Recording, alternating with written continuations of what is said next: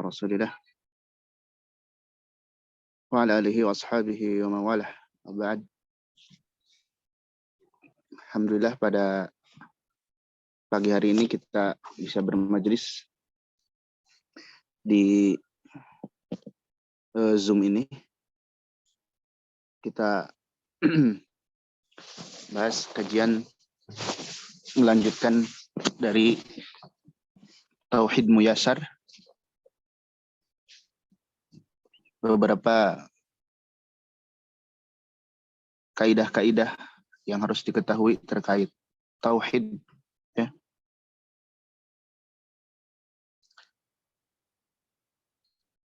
Taib. Kita langsung mulai saja ya. Silahkan yang ya. Mungkin untuk yang pertama Anda, yang kemudian yang kedua Ummu Gifar. Fawaidu muhimmatun. Al-ula aqsamu tauhidi al-thalathatu mutalazimatun. Kullu naw'in minha la yanfaqu minal akhari, faman ata binaw'in minha wa lam ya'ti bil akhari lam yakun muwahhidan. Beberapa faedah yang sangat penting, beberapa fawaid yang sangat penting. Yang pertama, pembagian tauhid yang 3 saling melazimkan. Setiap satu jenis tauhid dari ketiga tauhid tersebut senantiasa melazimkan kepada yang lain. Barang siapa yang datang dengan salah satu jenis dari 3 tauhid tersebut, namun tidak mendatangkan yang lain, maka tidak disebut sebagai muwahhidan atau orang yang bertauhid. Baik. Sini bab tentang beberapa faedah yang penting, ya. Kalau pembahasan tauhid itu semuanya penting, ya. Hanya di sini penekanan, ya. Penekanan dari pembahasan sebelumnya.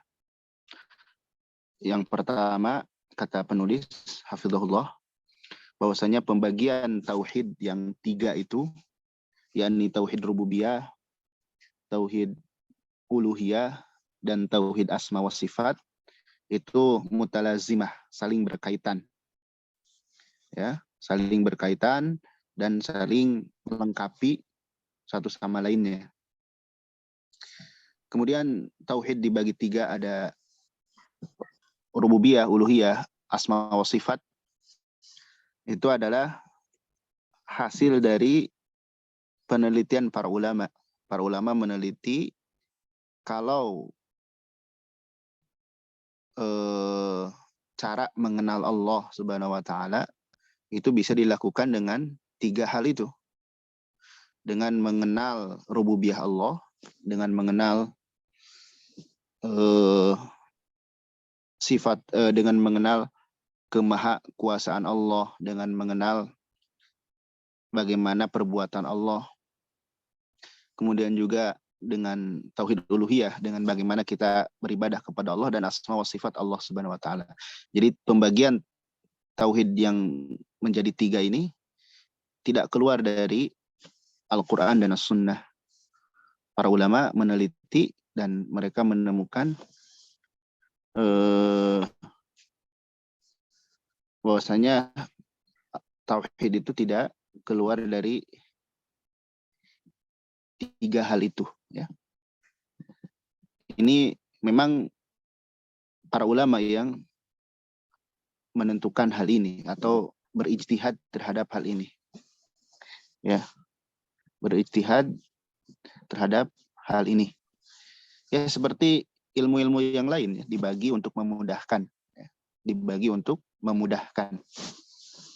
Jadi kalau kita baca Al-Quran dari awal sampai akhir ataupun hadis dan asar-asar dari para salaf, kita akan temukan tauhid itu tidak keluar dari 3 pembahasan ini, ya.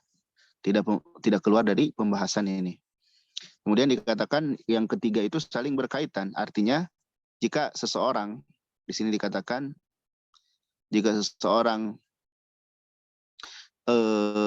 ata binau'in, hanya mengamalkan, mendatangkan di sini artinya mengamalkan atau meyakini, ya, hanya meyakini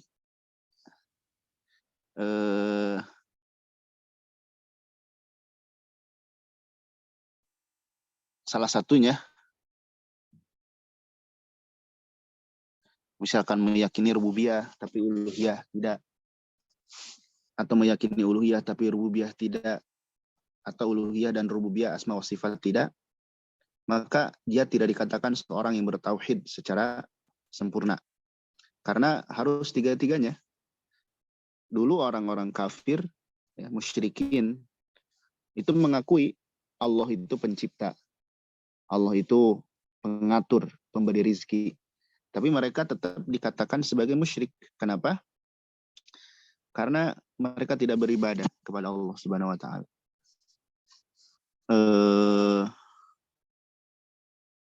Tidak menyembah kepada Allah Subhanahu wa taala. Mereka menyembah kepada selain Allah Subhanahu wa taala. Jadi intinya kesempurnaan tauhid itu harus semuanya diamalkan, baik rububiyah, uluhiyah maupun asma wa sifat. Salah satu hilang darinya maka tidak dikatakan sebagai orang yang bertauhid. Tidak dikatakan sebagai orang yang bertauhid sebagaimana dulu orang-orang kafir Quraisy yang mereka hanya meyakini Allah itu ada tapi tidak mau beribadah kepada Allah. Mirip dengan orang-orang sekarang yang tahu Allah itu ada, Tuhan itu ada, tapi tidak mau beribadah. Ini tidak dikatakan seorang yang bertauhid. Tidak dikatakan seorang hamba Allah Subhanahu wa taala. Karena harus dibuktikan dengan ibadah kepada Allah Subhanahu wa taala. Baik, selanjutnya. As-saniyatu an ta'allam anna al-kuffar alladhina qatalahum Rasulullah. Ulangi. An ta'allam, ana bacanya fil amr, Ustaz. An ta'lama. Oh, an ta'lam. An ta'lama anna al-kuffar alladhina qatalahum Rasulullah sallallahu alaihi wasallam kanu muqarrina bi tauhidir rububiyyati. Yang kedua, bahwasanya hendaknya engkau mengetahui bahwasanya orang-orang kufar adalah orang-orang yang Rasulullah Shallallahu Alaihi Wasallam memerangi mereka. Enggak gitu, keliru. Hendaknya engkau mengetahui bahwasanya orang-orang kafir yang Nabi memerangi, yang Rasul SAW memerangi mereka. Hendaknya engkau mengetahui bahwasanya orang-orang kafir yang Rasulullah memerangi mereka, gitu, Ustaz. Iya. Yang Rasulullah Shallallahu Alaihi Wasallam memerangi mereka. Mereka mengikrarkan, muqarrin di sini mengikrarkan atau? Iya. Mereka mengikrarkan tauhid rububiyah. Fahum ya'tarifuna bi anna Allah huwal khaliqur raziqu al-muhyi al-mumit an-nafi'u wad-daru alladhi yudabbiru jami'al umuri wa ma adkhalahum dzalika fil Islam. Mereka mengakui bahwasanya Allah adalah sang pencipta, sang pemberi rezeki, yang menghidupkan, yang mematikan, yang memberi manfaat dan memberi mudarat, yang mengatur seluruh urusan, dan tidaklah hal itu memasukkan mereka ke dalam Islam. Waddalilu qawlihi ta'ala, dan dalilnya adalah firman Allah Ta'ala, Qul man yarzuqukum minas sama'i wal ardi amman yamliku as-sam'a wal absar wa man yukhrijul hayya minal mayyiti wa yukhrijul mayyita minal hayyi wa man yudabbirul amr. Fasayaquluna Allah faqul afala tattaqun. Surah Yunus al-ayah 31.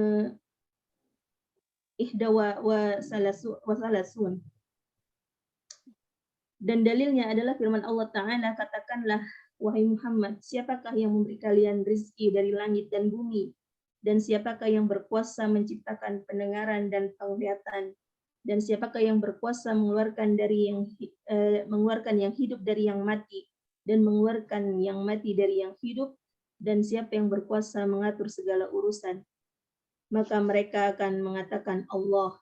Katakanlah, apakah kalian tidak mau bertakwa? Surat Yunus ayat 31. Baik.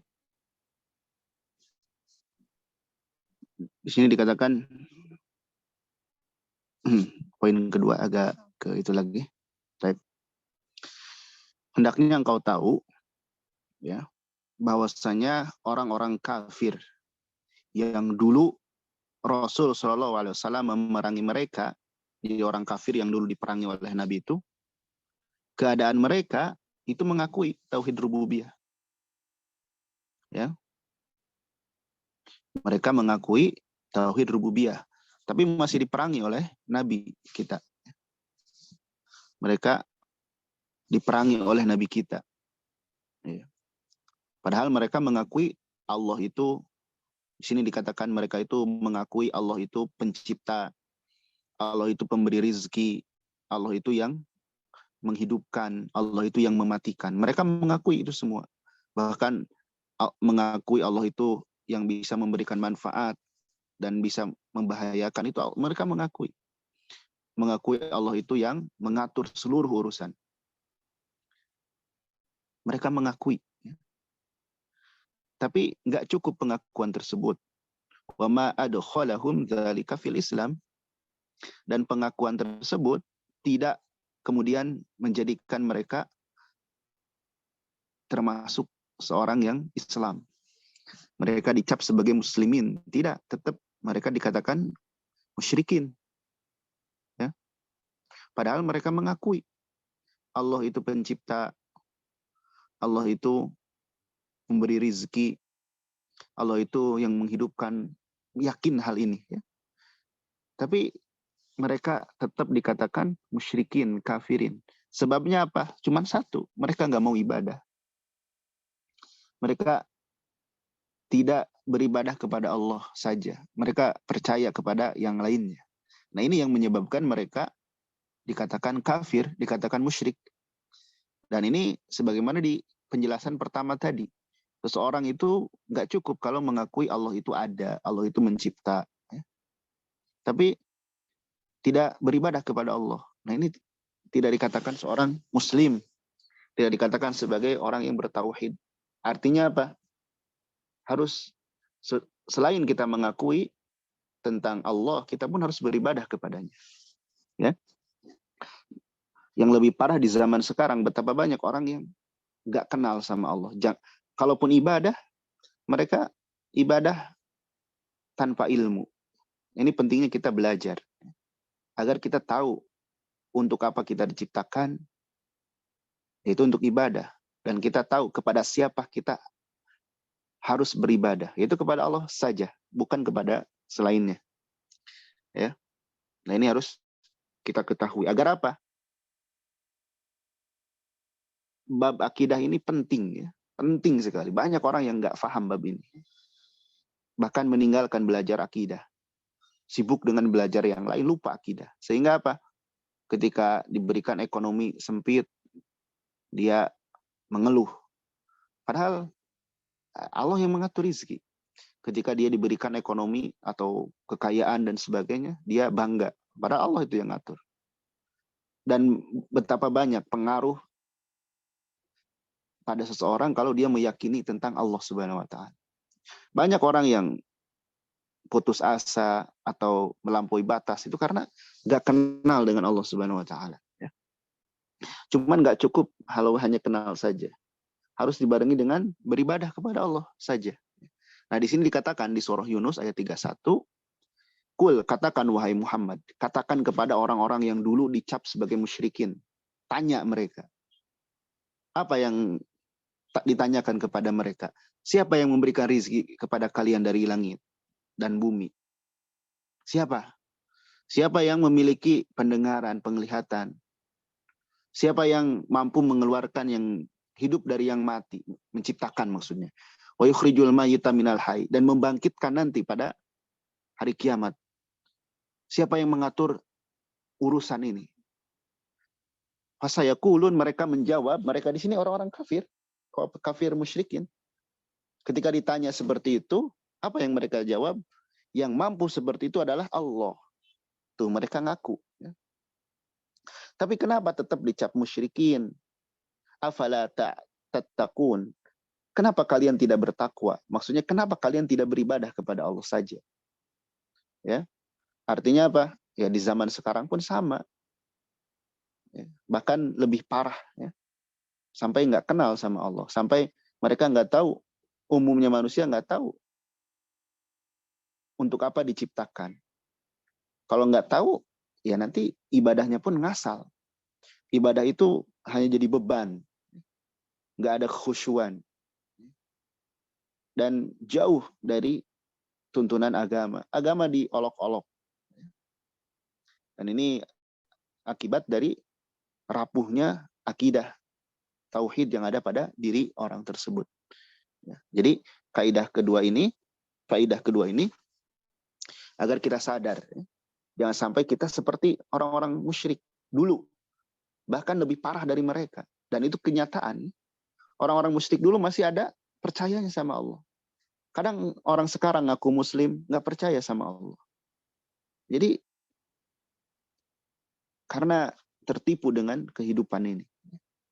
Baik, selanjutnya. As-salisatu tauhidul uluhiyyati wa mawdu'u da'watir rusuli. Faedah yang ketiga, bahwasanya tauhid uluhiyah adalah tema dakwah dari para rasul. Li'annahu al-asasul ladzi tubna 'alaihi jami'ul a'mali.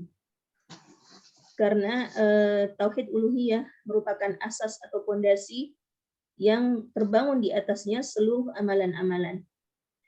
Wa biduni tahaqquqihi la tasihhu jami'ul a'mali, dan tanpa merealisasikannya maka tidak sah seluruh amalan-amalan.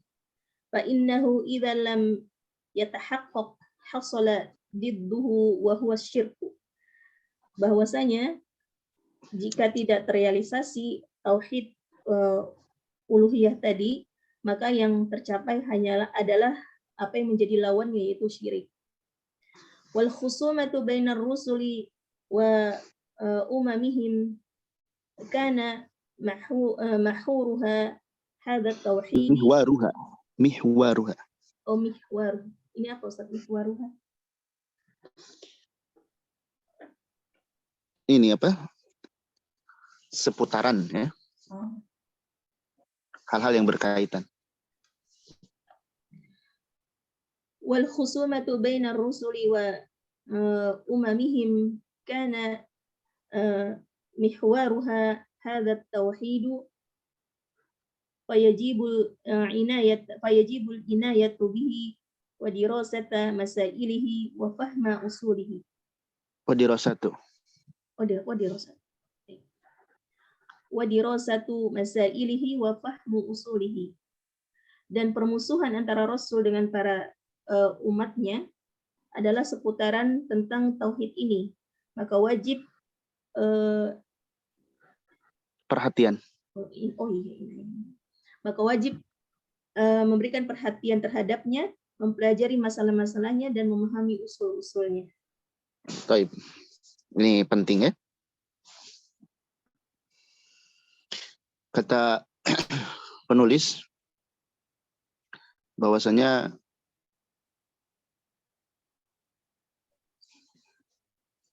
tauhid uluhiyah adalah maudhu'u da'watir rusul. Inti tema, ya, inti dakwahnya para rasul. Jadi rasul dari zaman Nabi Nuh sampai zaman Nabi Muhammad SAW, inti pokok dakwah mereka adalah tauhid. Adalah tauhid uluhiyah. yakni mereka mengajak beribadah hanya kepada Allah saja. Ini harus dipahami, ya. Jadi seluruh nabi pokok dakwahnya itu ngajak ibadah. Begitupun kita, apapun yang kita lakukan, mengajar misalnya, ya. Mengajar tajwid contoh. Di sini umumnya para pengajar Al-Qur'an. Kita mengajak atau mengajar orang lain bisa tajwid itu agar apa? Orang tersebut bisa baca Al-Qur'an, dan dengan dia bisa, dia menjadikan bacaannya sebagai ibadah. Karena bacaan Al-Quran bernilai ibadah.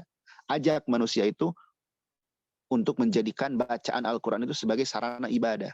Bukan sekedar untuk rame-ramean, bukan sekedar untuk nilai bagus, indah, dan sebagainya. Itu duniawi semuanya, ya. Niat-niat yang keliru. Ajak manusia itu agar mereka bisa beribadah kepada Allah dengan cara-cara yang Allah sudah gariskan.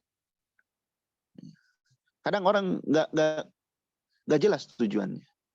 ketika ditanyakan kenapa belajar tajwid, ya ingin benar bacaannya. Kenapa ingin benar? Bingung, nggak bisa jawab. Padahal simpel. Karena saya ingin beribadah dengan benar. Ya, ingin beribadah dengan benar. Jadi apapun yang digariskan dalam syariat, tujukan itu atau jadikan itu sebagai sarana ibadah untuk mendekatkan diri kepada Allah. Kalau tujuan kita nggak sampai ke sana, maka perlu diperbaiki niat kita. Perlu diperbaiki niat kita. Karena barangkali ada niat kita yang keliru. Jadi tauhid uluhiyah ini inti dakwahnya para nabi dan rasul sebelum dakwah-dakwah yang lain. Bahkan Nabi pun seperti itu ketika mengutus atau menyuruh Mu'adz untuk berdakwah di Yaman agar mengajak manusia itu hanya beribadah kepada Allah saja. Sebelum memerintahkan sholat dan ibadah yang lain. Ibadah-ibadah yang lain penting. Tapi nggak akan sah tanpa tauhid. Ya, taib. Untuk perkara ini, yakni tauhid uluhiyah adalah inti pokok dakwahnya para rasul. Di antara dalilnya yang mencakup hal ini adalah di surah An-Nahl, ya. Ayat ke-36. Itu bisa dilihat, ya. Surah An-Nahl ayat ke-36.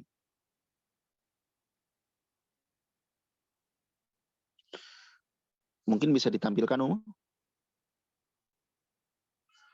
supaya kita bahas sedikit tentang surah ini.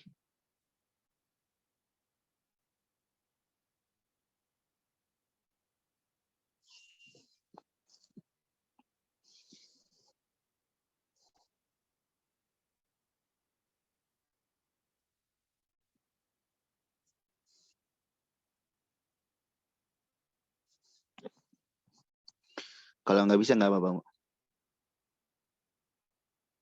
Ya sebentar Ustaz, Ana cari filenya dulu. Nah, bisa, Ustaz.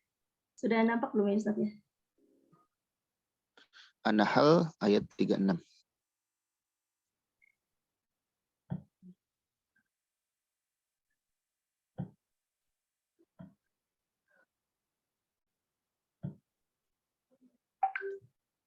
Nah ini, sedikit type. Allah Subhanahu wa taala berfirman, "Walaqad ba'atsna fi kulli ummatin rasula an i'budullaha wajtanibut taghut. Faminhum man hadallahu wa minhum man haqqat 'alaihi dhalalah. Fasiru fil ardi fanzuru kaifa kana 'aqibatul mukadzibin." Iya. Kata Allah Subhanahu wa taala, dan sungguh telah kami utus, walaqad ba'atsna, setelah kami utus, fi kulli ummatin, kepada setiap umat, rasulan, seorang rasul. Dimulai Nabi Nuh, ya, dan nabi-nabi yang lain yang jumlahnya sangat banyak. Kami utus, kami perintahkan para nabi tersebut untuk berdakwah kepada umatnya. Apa inti dakwahnya? Ani'budullaha wajtanibut taghut. Agar nabi tersebut mengajak umatnya supaya beribadah kepada Allah dan menjauhkan taghut.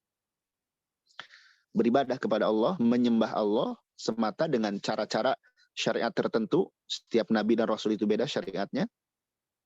Dan menjauhi taghut. Apa itu taghut? Segala sesuatu yang diibadahi selain Allah. Nanti ada pembahasan taghut itu apa, ya. Dan keliru kalau taghut itu pemerintah disebut taghut. Ini salah, ya. Ini pemerintah disebut taghut, disebut kafir. Ini pemikiran yang keliru. Nanti ada pembahasan tentang taghut. Jadi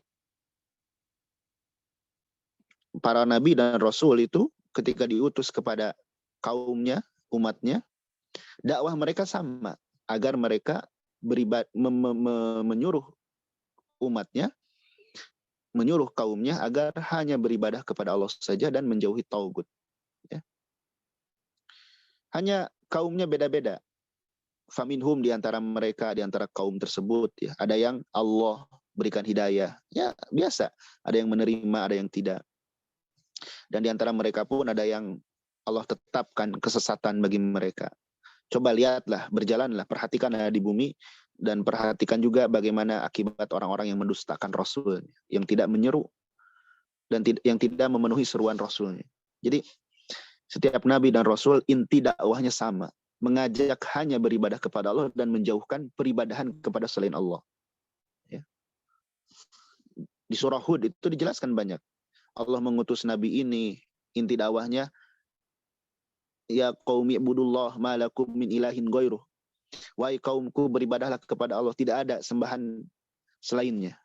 Itu inti dakwah para nabi dan rasul. Ya. Makanya kata para ulama, dakwah yang tidak dimulai dengan tauhid, ya, dakwah yang tidak dimulai dengan tauhid adalah dakwah yang menyelisihi dakwahnya para rasul.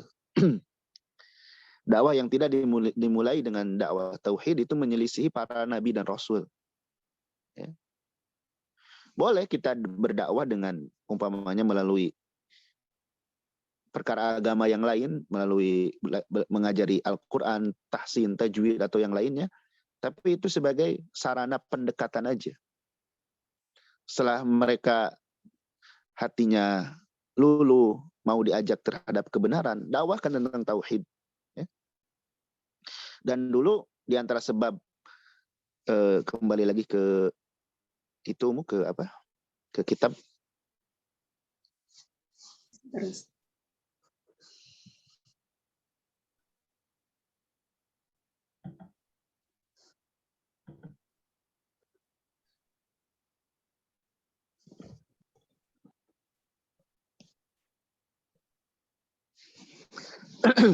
Iya. Jadi inti dakwah para nabi dan rasul itu adalah tentang tauhid uluhiyah, mengajak ibadah kepada Allah, ibadah dengan benar. Makanya seorang muslim yang baik itu dikatakan oleh para ulama, ya, muslim yang baik itu meliputi kokoh akidah tauhidnya, lurus cara beragamanya, baik akhlaknya, benar ibadahnya, dan bagus muamalahnya. Jadi muslim yang baik itu, ya, akidah dan tauhidnya kokoh, cara beragama atau manhajnya lurus, ibadahnya benar, akhlaknya baik, dan muamalahnya benar. Ya, itu ciri muslim yang baik. Kalau hilang salah satu darinya, ya termasuk kita mungkin, ya, kita perlu perbaiki. Taib. Kemudian di sini dikatakan di antara alasan kenapa inti dakwah para nabi dan rasul itu adalah tauhid uluhiyah. Karena tauhid uluhiyah, yakni tauhid uluhiyah itu tauhid yang menyatakan kita ini harus beribadah hanya kepada Allah saja, bukan tidak kepada selainnya. Ya. Kenapa? Karena tauhid uluhiyah itu merupakan asas, pondasi yang semua amal itu dibangun di atasnya. Jadi semua amal itu dibangun di atas tauhid ini. Tanpa tauhid ini semua amal nggak sah. Ya. Nggak sah. Karena apa? Kalau tidak diwujudkan, tidak direalisasikan, maka akan terjadi apa? Lawannya, yaitu kemusyrikan. Contohnya apa? Simpelnya, ya. Ikhlas itu bagian dari tauhid, bahkan inti dari tauhid. Ikhlas itu, ya. Seorang beramal, tapi ibadahnya bukan kepada Allah, nggak sah amalnya. Ibadahnya bukan untuk Allah. Dia sholat, zakat, dan lain sebagainya bukan untuk Allah. Berarti tidak mentauhidkan Allah. Itu nggak ada manfaatnya sebanyak apapun. Atau seorang itu beramal, tapi ria. Ria bagian dari musyrik. Maka tidak sah amalnya sebanyak apapun. Ya. Dan orang yang tidak mentauhidkan Allah atau musyrik, itu lebur semua amal kebaikannya, sebanyak apapun itu.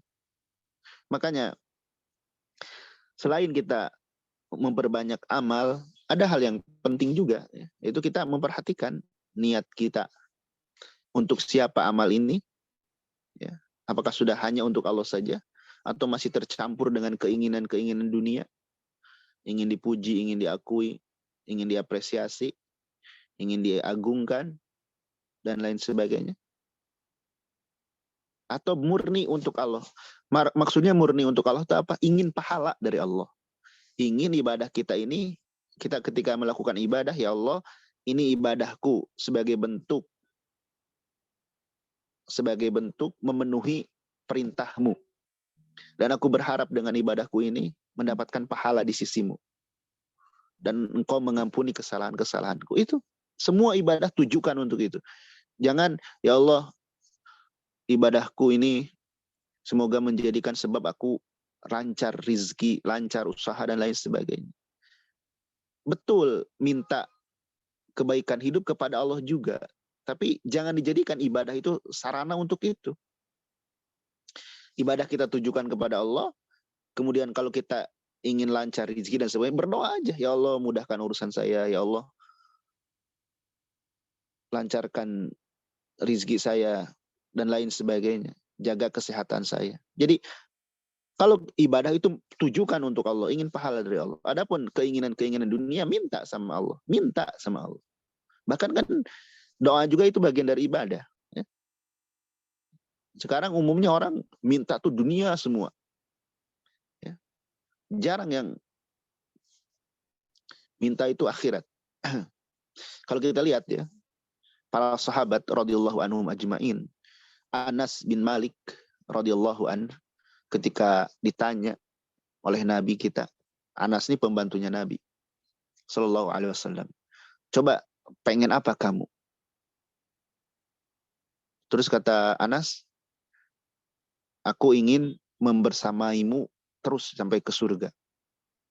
Kata Nabi, ada nggak keinginan yang lain? Maksudnya keinginan dunia. Kata Anas, enggak ada. Cuman itu inginku, ingin bersamamu di surga. Maka kata Nabi SAW, bantulah aku untuk mewujudkan hal tersebut dengan memperbanyak sujud. Maksudnya apa? Ya surga itu harus ada sebabnya. Kamu banyak beramal. Kamu beramal, nanti amalan tersebut akan menjadi sebab engkau masuk surga.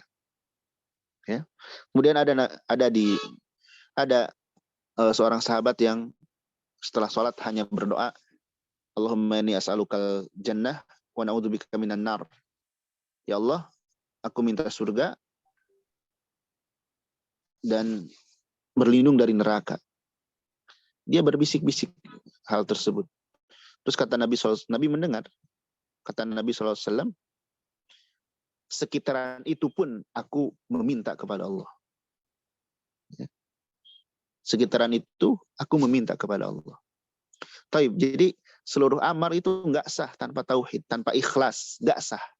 Syarat diterimanya amal itu ikhlas dan mengikuti contoh Nabi. Ya. Orang itu ketika beramal, kadang lebih berpikir sebanyak-banyaknya. Ya. Padahal inti dari beramal itu adalah bagaimana juga kita amalan tersebut diterima oleh Allah. Karena itu yang paling membahagiakan. Ya. Nabi sampai berdoa tiap pagi agar amalannya diterima oleh Allah Subhanahu wa taala. Agar amalannya diterima. Ya. Kita pun sama. Kenapa harus seperti itu? Ya lihat para nabi, ya. Nabi Ibrahim ketika selesai membangun Ka'bah, taqabbal minna. Terimalah ya Allah. Kemudian anak Nabi Adam ketika mempersembahkan kurban, seperti itu juga. Kadang kita pede beramal saja. Dan kenapa kita harus fokus terhadap hal itu? Karena banyak perusak amal. Allah menyatakan dalam surah Muhammad, ya ayyuhalladzina amanu atiullaha wa atiur rasul wa la tubtilu a'malakum.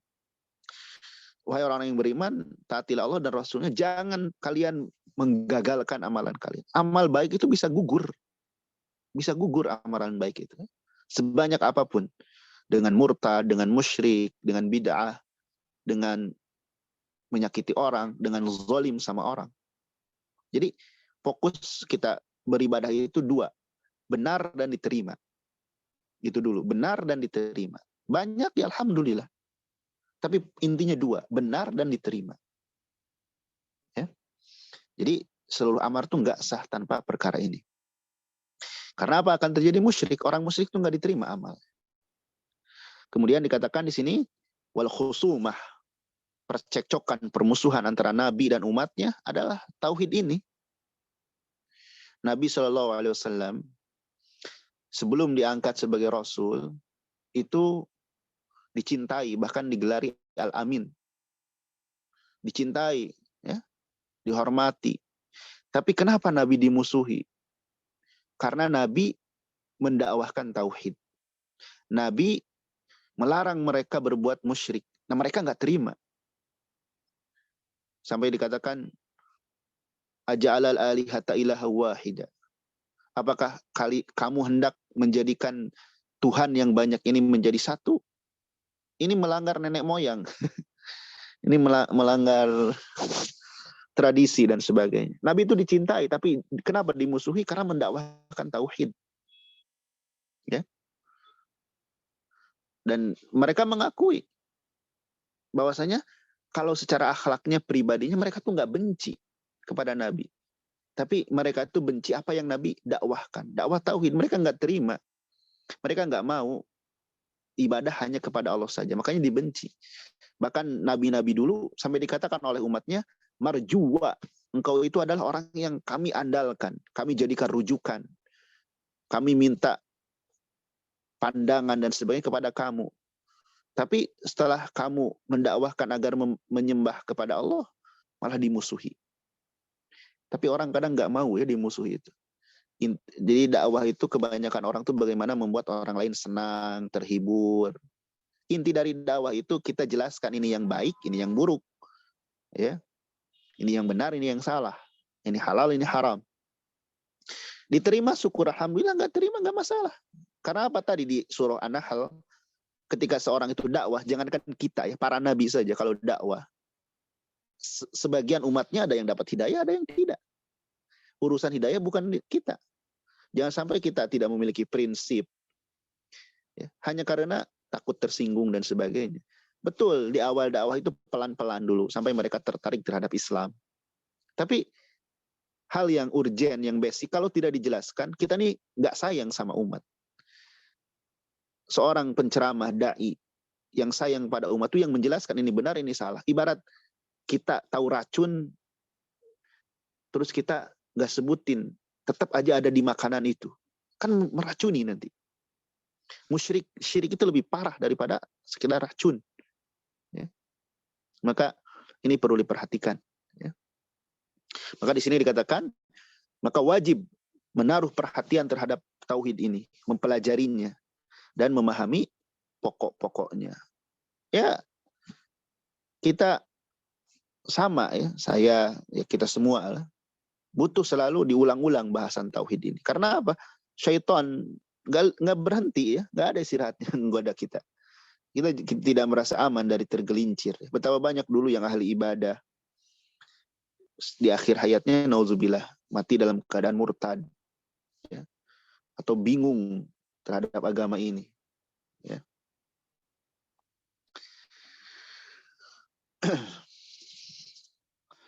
Tapi mungkin untuk pagi hari ini bahasannya segitu ya. Jadi inti dari pembahasan kita 3 faidah ini, kesimpulannya, faidah yang pertama,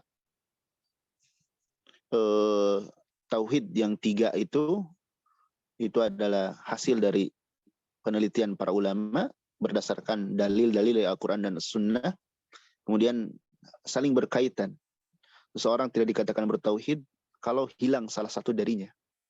Kemudian yang kedua, hendaknya kita tahu dulu orang-orang kafir yang diperangi oleh Nabi itu sebetulnya ngaku tauhid rububiyah, tapi mereka nggak mau ibadah kepada Allah. Kita sekarang jangan sampai seperti mereka atau lebih parah dari mereka. Kemudian yang ketiga, tauhid uluhiyah, yakni penyembahan kepada Allah saja, itu pokok dakwah para nabi. Dan itu asas, fondasi amalan kita diterima. Kalau amalan kita tanpa tauhid, sebanyak apapun nggak diterima, sia-sia. Nanti di akhirat didatangkan amalan itu, kemudian Allah jadikan debu yang berterbangan. Rugi besar sekali kita. Udah capek-capek tapi seperti itu. Kemudian pertentangan para nabi dan rasul dulu, karena nabi dan rasul itu mendakwahkan tauhid. Ya. Sebelumnya mereka tidak ditolak. Tapi mungkin itu yang bisa disampaikan ya pada pagi hari ini. Sebelum Anda tutup, barangkali ada yang ingin diperjelas atau ditanyakan, maka persilahkan ya. Barakallahu fikum, jazakumullahu khairan. Untuk Umahat, jika ada pertanyaan silakan langsung ya. Baik Ustadz, saya ingin bertanya tapi di luar materi mungkin Ustadz boleh? Silakan. Begini Ustadz, saya kan suka setiap pekannya suka ziarah ke makam suami. Nah terus saya itu membaca Al-Quran, tapi bukan untuk hadiah-hadiah seperti itu Ustadz. Saya cuma gini, membaca Quran karena suami saya kan suka senang kalau saya baca Al-Quran itu tadi. Jadi saya suka sebelum baca Al-Quran, saya suka minta gini ke Allah, ya Allah, semoga Engkau membuka hijabnya atau supaya suami saya mendengar bacaan Al-Quran saya, ya Allah. Gitu boleh nggak Tad? Itu udah saya sering lakukan Ustaz. Soalnya khawatirnya saya tadi yang seperti Ustaz sampaikan, kalau beribadah itu harus dengan ilmu gitu loh. Nah, ini saya cuma bukan karena ilmu ya Ustadz, saya ngira-ngira sendiri gitu. Cuma ingin supaya suami mendengar gitu. Boleh nggak Ustadz? Taib, ya. Barakallahu fikum. Ya. Pertama terkait ziarah ya. Hukum ziarah itu dianjurkan ya, dengan catatan caranya benar. Dan ziarah atau inti dari ziarah itu ada dua. Pertama, mendoakan mayit agar diampuni dan dirahmati. Yang kedua, agar kita sendiri sadar, yakin kita pun akan wafat seperti pendahulu kita yang sudah wafat. Baik itu keluarga dekat kita, ya, suami, ibu, bapak, anak, istri, dan selainnya. Kita doakan mereka selama mereka muslim. Kalau kafir jangan. Selama mereka muslim kita doakan. Dan agar kita pun ingat terhadap akhirat itu. Itu yang paling bermanfaat terhadap mayit. Adapun selain itu, bisa juga kita bersedekah atas nama yang sudah wafat itu ya. Adapun membaca Al-Quran di kuburan, nah ini para ulama membahas. Dan yang lebih hati-hati itu sebaiknya tidak. Itu yang lebih hati-hati. Betul, di sini ada perbedaan pendapat para ulama. Ada yang membolehkan, tapi yang lebih hati-hati itu tidak. Karena apa? Betul, tadi tujuannya baik ya, tapi tidak semua tujuan baik itu benar. Ya. Dan yang paling bermanfaat bagi mayit yang sudah wafat itu doa. Itu yang paling bermanfaat, itu doa. Doanya simpel aja. Ya Allah ampuni, ya Allah rahmati. Itu udah mencakup segala banyak hal. Dan itu kebahagiaan ketika Allah mengampuni dan Allah merahmati. Adapun kita ingin tenang dengan baca Quran, ya kita bisa di selainnya. Karena nanti khawatir ada fitnah-fitnah yang lain terkait hal tersebut. Jadi difokuskan banyak berdoa saja. Difokuskan banyak berdoa saja. Seperti itu ya, Allahu a'lam bishawab. Sebentar Tad. Jadi kalau misalkan ziarah nggak apa-apa ya Tad ya. Yang itu tujuannya ya satu itu, terus keduanya itu jadi obat rindu Ustaz untuk saya itu. Nggak apa-apa, ya, ziarah nggak apa-apa. Ziarah nggak apa-apa. Tadi dua aja, doakan dan kita ingat supaya ingat mati ya. Oh, Ya. Baik Ustaz. Jazakallah khairan katsira Ustaz ilmunya Pak Ustaz. Yakum. Barakallahu fiik untuk Ibu Siti. Satu lagi ya Ustaz ya, di room chat ada pertanyaan Silakan. dari Ustaz, kalau pas ziarah kubur, selain doa ziarah juga kita baca doa untuk jenazah, boleh nggak Ustaz?